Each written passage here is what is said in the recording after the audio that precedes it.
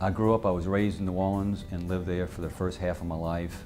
Went to high school there. Then I went to LSU in Baton Rouge, got my undergraduate degree there, and then went to medical school in New Orleans. After medical school, did my residency here in Baton Rouge, and then started looking around when we finished our residency for where I wanted to practice. And we looked at New Orleans, we looked at the North Shore, and also Baton Rouge. And you know, we felt like Baton Rouge was a better place to raise our family, and it was a really good practice environment. And 29 years later, I'm still practicing here, so it's been a good decision, I think. I have 2 children, Robert and Elizabeth, and they're 28 and 24 now. So my wife's a speech therapist. She was in the East Baton Rouge Public Schools for a number of years. She stayed retired for a year, and now she's at the Emerge Center, working part-time here in Baton Rouge.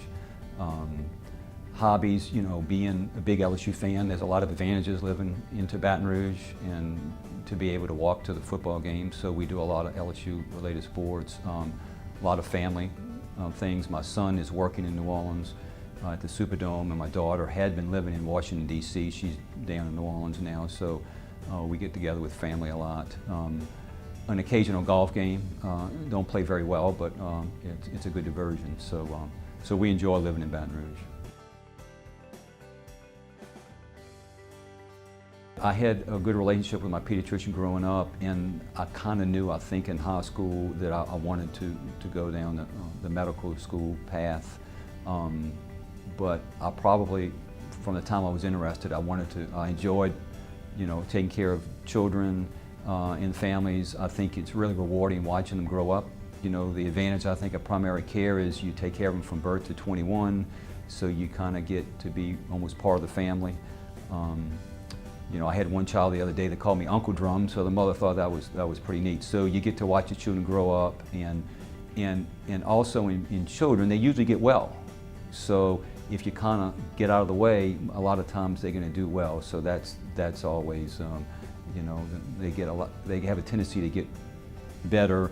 But I like my parents to, when they leave, to feel like all their questions were answered, that they weren't rushed, that when possible, they are part of the decision-making process, because, you know, unless it's a life or death situation, which fortunately we don't have too often, there are a lot of different options, oftentimes on treatments or referrals. So we kind of like to make everybody think they're part of the team and try to give as much information as we can so that they feel like they're educated on, you know, I don't want my parents to leave and feel like their questions weren't answered, or that, you know, they were kind of railroaded into a decision, if possible.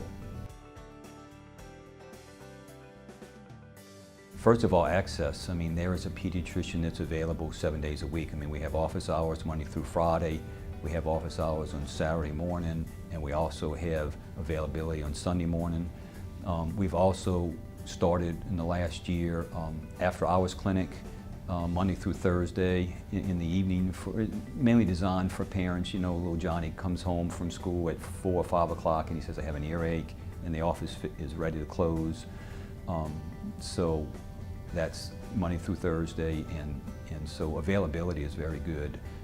The other thing here is that fortunately we don't have to do a lot of lab, but at the old office, we were near Woman's, but if we needed lab or an x-rays, the parents would have to pack all the children up in the car, get in the car, drive to Woman's, get the x-ray, come back. Here they can, even though it's a different building, they can go to the lab without going outside, and we have radiologists on staff Monday through Friday, so we get that immediate feedback, we get labs, so that convenience is another thing that a lot of parents, I think, like also.